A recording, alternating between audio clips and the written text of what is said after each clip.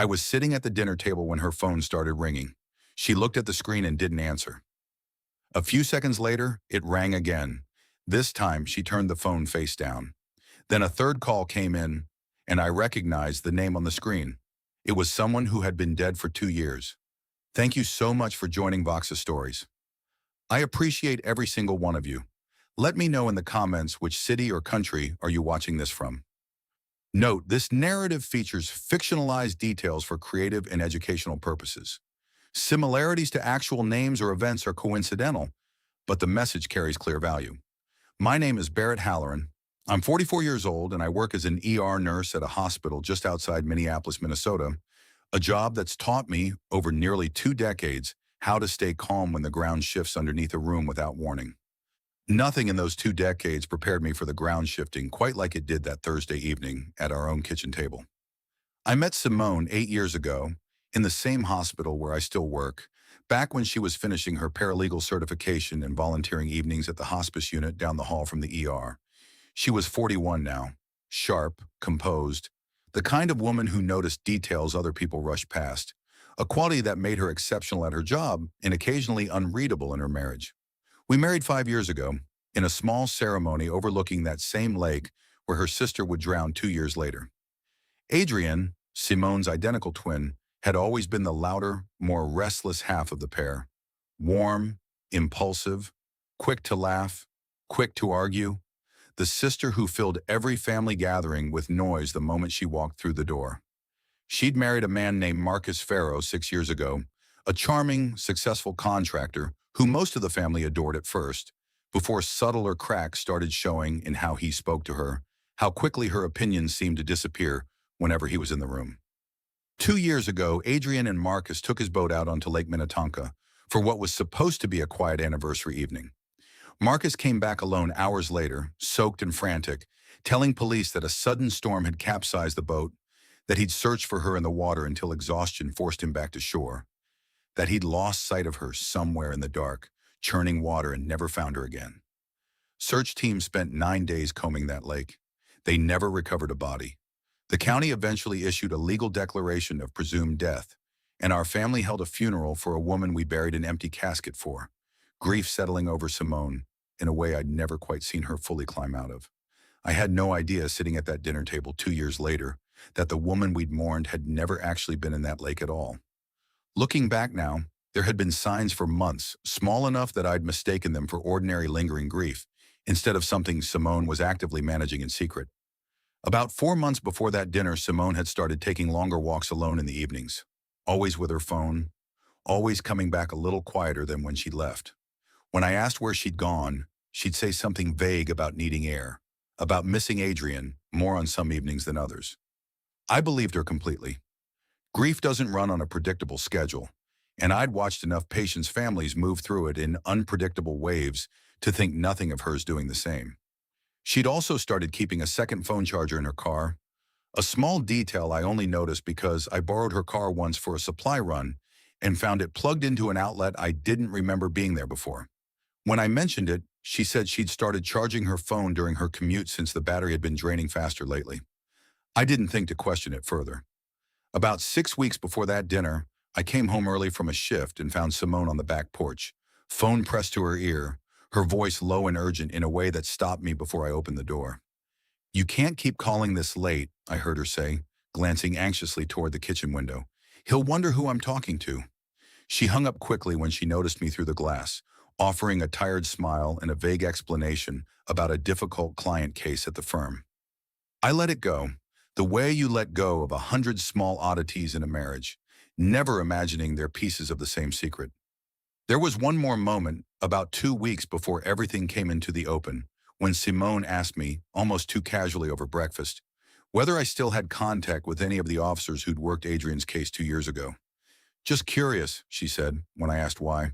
"Sometimes I wonder if they ever really closed the file." I told her most drowning cases without recovered remains stayed technically open for years, more out of procedure than active investigation. She nodded, seeming satisfied, though something in her expression stayed with me longer than the conversation itself. I want to say I connected these moments into a pattern before that dinner. I didn't. Grief has a way of explaining away almost anything, and I trusted my wife enough not to go looking for a puzzle where I assumed there was simply sorrow. That Thursday evening started like any ordinary night. We were 3 bites into dinner when her phone rang the first time. Simone sat frozen for a long moment after I asked why her dead sister was calling her hand still hovering near the phone like she was deciding whether to run from the table entirely. "Barrett," she finally said, her voice barely steady, "I need you to let me explain this fully before you say anything else. Please." What she told me over the next hour completely rearranged 2 years of grief I'd carried right alongside her. Adrienne hadn't drowned in that lake 2 years ago. She'd staged her own disappearance, with Simone's help, after finally admitting to her sister that Marcus's controlling behavior had escalated into something far more dangerous than any of us outside their marriage had ever seen. 3 weeks before that anniversary boat trip, Adrienne had shown Simone bruises she'd been hiding for months, along with threats Marcus had made, once in a moment of rage, about what would happen if she ever tried to leave him. She was terrified he'd kill her before she ever made it out safely, Simone said, tears finally breaking through her composure. A friend of hers, someone with connections through a domestic violence advocacy network, helped her plan an exit. The boat accident was real, in the sense that there really was a storm that night, and Adrienne really did go into the water. But she'd arranged beforehand for someone waiting near the shoreline in a separate boat to pull her out further down the lake, out of Marcus's sightline in the chaos and dark. She swam as far as she could, got pulled into that second boat, and by the time Marcus made it back to shore alone, Adrienne was already miles away, changing into dry clothes someone had left for her, beginning a new life under a different name. I sat there, feeling something enormous shift in my understanding of the last 2 years. The funeral, the grief I'd watched my wife carry, all of it built on top of a secret this carefully, painfully constructed. "You knew," I said quietly. "This entire time you knew she was alive." "I couldn't tell you," Simone said. "I couldn't tell anyone, not even you, not even our own parents." Adrienne made me promise, if Marcus ever suspected she was alive, ever suspected anyone in the family knew, she believed he'd stop at nothing to find her. "I watched you grieve her, Barrett. I grieved her too, in a strange way, because the sister I used to have, the one who could exist openly in the world, was still gone, no matter how alive she actually was somewhere else." I asked her the question that had been building since the third ring of that phone. "Then why is she calling you now tonight, 3 times in a row?" Simone's face changed then, fear replacing grief. "Because 2 nights ago, Marcus filed paperwork to formally remarry, and going through the process, some old financial records got flagged. Records that led an investigator he'd hired for the new marriage's prenup straight to an account Adrienne had forgotten to fully close under her old name. He knows Barrett. Somehow he knows she's alive, and Adrienne thinks he's already looking for her." We called Adrienne back together that same night, putting her on speaker in our living room, the first time I'd heard my sister-in-law's voice in 2 years, cracked and terrified in a way that made the last 2 years of secrecy suddenly completely understandable. "He hired someone," she said, her voice shaking, "a financial investigator, technically for the prenup, but the guy started asking questions that go way beyond routine background checks. I think Marcus suspects. I think he's known for a few weeks and hasn't said anything yet, which honestly scares me more than if he just confronted someone directly." Simone reached for my hand across the couch, her grip tight enough that I understood fully how much fear she'd been carrying silently on Adrienne's behalf this entire time. "What do you need from us?" she asked. "I need somewhere safer than where I am right now," Adrienne said. "And I think it's finally time to stop hiding entirely. If he already knows I'm alive, hiding doesn't protect me anymore.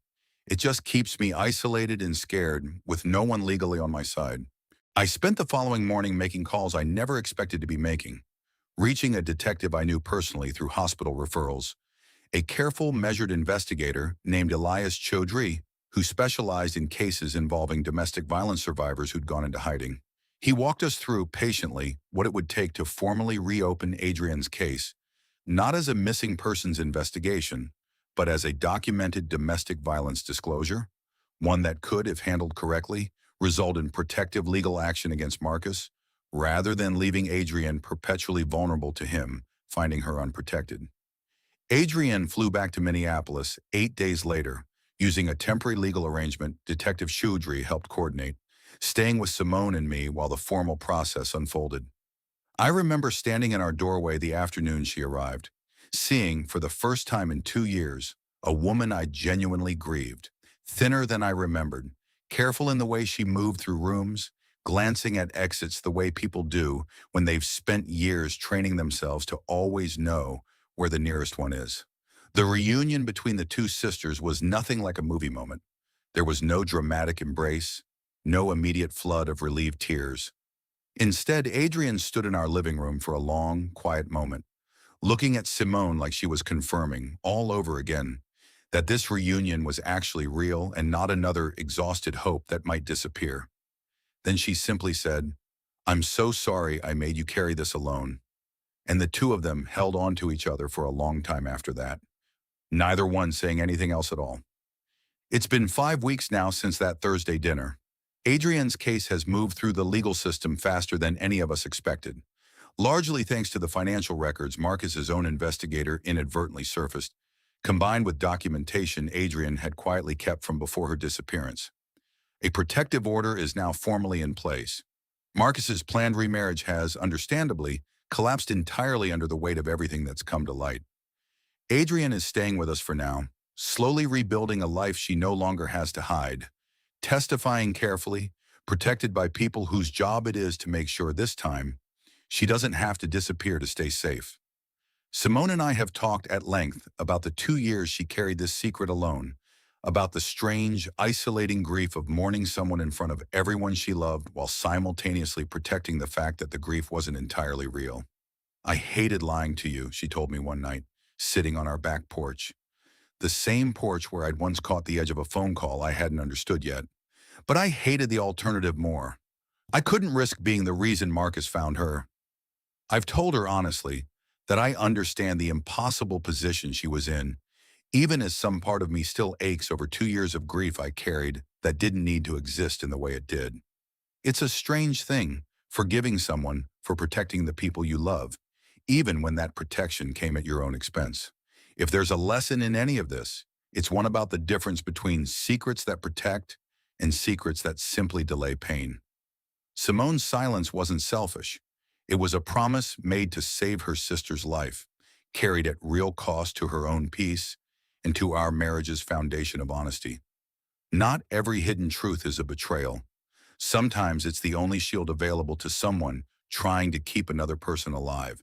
And recognizing that difference, I've learned, matters more than any single rule about what a marriage should or shouldn't hide. I think often about that third phone call, buzzing hard enough to rattle a water glass at our dinner table. A call I nearly let slide past, unquestioned the way I had a dozen smaller signs before it. I'm grateful, more than I can easily say, that I turned that phone face up instead of letting the evening continue, as though nothing unusual had happened at all. So I'll leave you with the question I still find myself sitting with, even now. If you discovered that someone you loved had spent 2 years quietly protecting a devastating secret to keep another person safe, would you have been able to forgive the deception once you understood the reason behind it? Or does even a life-saving secret cost something in a marriage that's difficult to fully repair, no matter how justified the silence turns out to be?